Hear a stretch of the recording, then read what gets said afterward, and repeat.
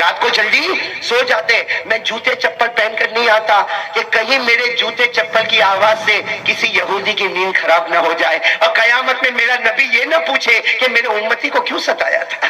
وہ میرا کلمہ نہیں پڑھتا تھا, تو میرا کلمہ پڑھتا تھا, تو نے اس کو کیوں ستایا. میرے جوتے کی آواز سے کسی کو ڈسٹرب نہ ہو اور اس کی نیند خراب نہ ہو.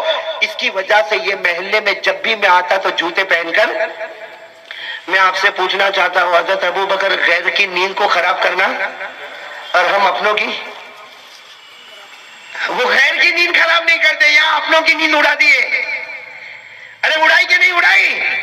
ارے میرے دوستو, اتنے ہمارے دل ٹوٹے بلکہ اگر میں کہوں مولانا جلیل صاحب, اگر میں کہوں تو شاید غلط نہیں ہوگا, اس زمانے میں اور اس دور میں ابھی کے دنوں میں غیروں سے ہم کو وہ نقصان نہیں پہنچ رہا جو اپنوں سے نقصان پہنچ رہا ہے. بھائی بھائی کا دشمن, باپ بیٹے کی نافرمانی. آج ذرا دیکھو بیٹے کو, دیکھو باپ کی کیسی نافرمانی کرتا ہے. آج بیٹے کو دیکھو ماں کو گالی دیتا ہے. ہاں ماں کو گالی دیتا. میرے دوستوں, ہمارا یہ سماج ایسا سماج جس نے کلمہ پڑھا ہے, جس نے مصطفیٰ کا دامن تھاما ہے, جو شیخ عبد القادر جیلانی کا نام لینے والے, حضرت مولانا الیاس رحمت اللہ علیہ کی محنت کرنے والے, یہ وہ مسلمان ہے جس کے دل میں نفرت کی آگ ہے, جس کے دل میں عداوت ہے, جس کے دل میں جلن ہے. اور میرے دوستوں, بڑے بڑے اچھے لوگ یہ گناہ میں مبتلا ہے کہ پیٹھ پیچھے برائی کرے بغیر ہم کو کھانا ہضم نہیں ہوتا ہے. صحیح کہہ رہا ہوں غلط کہہ رہا ہوں؟ مسجد میں السلام علیکم ورحمت اللہ, السلام علیکم ورحمت اللہ, امام صاحب نے ظہر کی نماز پڑھا دی, یہ بیٹھا ہے پیچھے. تیرے کو معلوم مالیگاؤں میں کیا ہوا؟ نماز ابھی ہوئی, ابھی ظہر کی نماز. تیرے کو معلوم مالیگاؤں میں کیا ہوا؟ کہا نہیں میرے کو نہیں معلوم, میں تو ذرا باہر گیا تھا. کیا ہوا کیا؟ کہا ایسا ہوا. کسی ایک کا نام لے کے برائی. حدیث میں آتا ہے کوئی کسی کی پیٹھ پیچھے برائی کرے وہ زنا سے بدتر ہے. تو ظہر کی نماز پڑھنے آیا کہ مسجد میں زنا کرنے آیا؟ تو ظہر کی نماز پڑھا. اور ایک حدیث میں لکھا ہے کہ مسجد کے دروازے پر فرشتہ کھڑا ہوتا ہے, اور جو بھی آتا ہے نا نماز پڑھ کے آتا ہے, فرشتہ لکھتا ہے اللہ نے معاف کر دیا, آجا اللہ نے معاف کر دیا, آجا اللہ نے معاف کر دیا. یہ فرشتہ دروازے پہ کھڑے ہو کے لکھتا ہے. لیکن جب ہم لوگ نماز کے بعد مسجد میں غیبت کرتے ہوں گے, وہ فرشتہ لکھتا نہیں ہوگا, ہنستا ہوگا کہ جنت لینے آیا تھا جہنم لے کے جا رہا ہے. اللہ میری اور آپ کی حفاظت فرمائے. تو کون کون بھائی یہ دوسرے کام کے لیے بھی تیار ہو جاتا ہے آج سے دل کو کیا کرنے کا؟ آواز نہیں آئی, اور زور سے. کیسے کرنے کا؟ کوئی واشنگ پاؤڈر؟ میں بتاؤں دل کو صاف. میں کیا بتاؤں, میرے کو کیا آتا. حضرت جنید بغدادی, نام سنا تو ہاتھ اوپر کرو. حضرت جنید بغدادی, سلطان الواعظین, سلطان العارفین, ولیوں کے ولی. حضرت جنید بغدادی سے ایک مرتبہ کچھ لوگوں نے پوچھا, حضرت کپڑا صاف کرنا تو ہمیں معلوم ہے, برتن کو صاف کرنا تو ہم کو معلوم ہے, گھر کو صاف کرنا تو معلوم ہے, دکان کو صاف کرنا معلوم ہے, لیکن حضرت جنید بغدادی سے پوچھا یہ بتاؤ کہ ہمارا دل کیسے صاف ہوگا؟ حضرت جنید بغدادی نے فرمایا پروردگار کی قسم, ایک کام کر لے اللہ تیرے دل کو صاف کر دے گا, اور وہ کام یہ ہے آج سے طے کر لے پیٹھ پیچھے کسی کی برائی کروں گا بھی نہیں اور کسی کی برائی سنوں گا بھی نہیں. کون کون اس کے لیے تیار ہے؟ بہت آسان کام ہے بھائی. دیکھو میں ملنے سے منع نہیں کرتا ہوں, آپ لوگ آپس میں ملے, باتیں کریں, چائے پیے, ایک دوسرے کو دعوت دے, کوئی پرابلم نہیں. لیکن جہاں اگر کوئی ادھر ادھر کی بات کرے نا, پہلے بات کرے گا السلام علیکم, وعلیکم السلام, آپ کی طبیعت کیسی, تمہاری طبیعت کیسی. جہاں وہ کسی اور کا نام لے بس کہو بھائی بات ختم, یہیں پہ بات ختم. اس لیے کہ غیبت کرنا اگر حرام ہے تو غیبت کا سننا بھی حرام ہے, اور زنا کرنا اتنا بڑا گناہ نہیں, اس سے بڑا گناہ کرنے ہم لوگ یہاں بیٹھے.